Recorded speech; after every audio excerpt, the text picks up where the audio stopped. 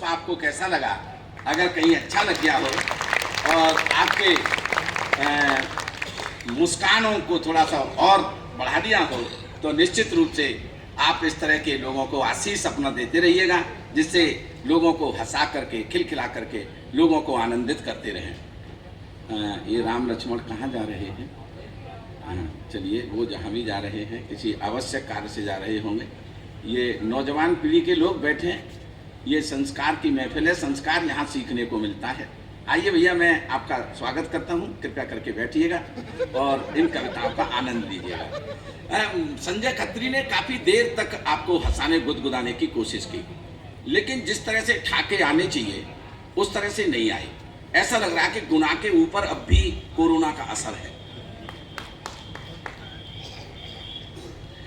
मैं कोरोना की बात सर इसीलिए कर रहा हूँ कि जब कोरोना हमारे देश में आ रहा था तब पूरी दुनिया ये सोच रही थी कि अगर कोरोना हिंदुस्तान में गया तो सबसे अधिक नुकसान हिंदुस्तान का होगा। जब कोरोना चला गया है तो हम सबको ये जानकर खुशी हुई कि सारी दुनिया अचंभित है कि जनसंख्या के अनुपात में किसी देश का सबसे कम नुकसान हुआ है, तो उस देश का नाम है हिंदुस्तान। सर, मैं तो ये सोच रहा था कि हिंदुस्तान का नुकसान कम क्यों हुआ, क्योंकि कोरोना काल में लॉकडाउन लग गया था और हम हिंदुस्तान के लोग लॉकडाउन में भी केवल लॉक हुए थे, डाउन नहीं हुए थे। थोड़ी सी तालियां कम आ रही हैं आपकी। लॉकडाउन में भी हम केवल लॉक हुए थे, डाउन नहीं हुए थे। अच्छा सर, हमारे देश में जो कैजुअलिटी हुई कोरोना काल में, वो कोरोना की वजह से नहीं हुई, दहशत की वजह से हुई। और दहशत फैलाने का काम कर रहा था ये टेलीविजन। कोरोना का वायरस स्टील पे 85 घंटे जिंदा रह सकता है, कोरोना का वायरस प्लास्टिक पे 64 घंटे जिंदा रह सकता है। उन दिनों अमिताभ बच्चन जी भी ज्ञान दे रहे थे, कोरोना का वायरस जूतों के साथ आ सकता है। अरे भैया, लॉकडाउन लगा हुआ है, हम अपने घरों में कह दें कि जूते हमारी सड़क पर टहलने जा रहे हैं जो कोरोना का वायरस लेकर के लौटेंगे। एम्स के डॉक्टर साहब ने बड़ा ज्ञान दिया कोरोना को लेकर के। इसमें फेफड़े जम जाते हैं, बार बार खांसी आती है, बार बार छींकें आती हैं, बुखार रहता है, मुंह का स्वाद चला जाता है।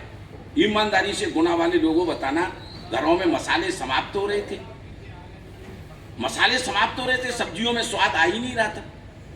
लेकिन हम ये कह नहीं सकते थे कि सब्जी में स्वाद नहीं है। एक दिन घर में बिल्कुल बेस्वाद 2 कौड़ी की सब्जी बनी, अचानक मेरे मुंह से निकल गया, आज सब्जी में स्वाद नहीं है। बस इतना ही कहना मेरा अपराध हो गया। पत्नी ने खींच खांच करके क्वारंटाइन सेंटर को फोन लगा दिया कि मेरे पति का स्वाद चला गया है। 5 मिनट नहीं हुए तब तक अपने चरित्र को सड़क की छाती पर रगड़ती हुई एम्बुलेंस मेरे दरवाजे पर 5-6 कोरोना की किट पहने हुए उसमें से यमदूत जैसे निकले।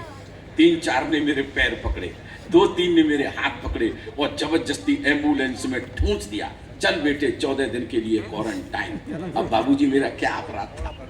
मैंने तो बस इतना ही तो कह दिया था कि सब्जी में स्वाद नहीं।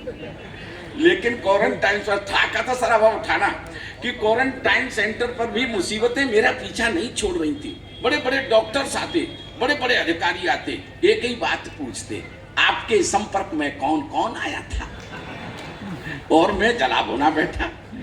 मैं इस बात की सजा काट रहा हूं कि मैंने ये कह दिया था सब्जी में स्वाद नहीं है, और ये मीडिया वाले माइक मुंह में घूंच करके, हाँ भाई साहब बता दो आपके संपर्क में कौन कौन आया था। कुछ नाम ले रहा हूं, ठाके को रोकिएगा मत।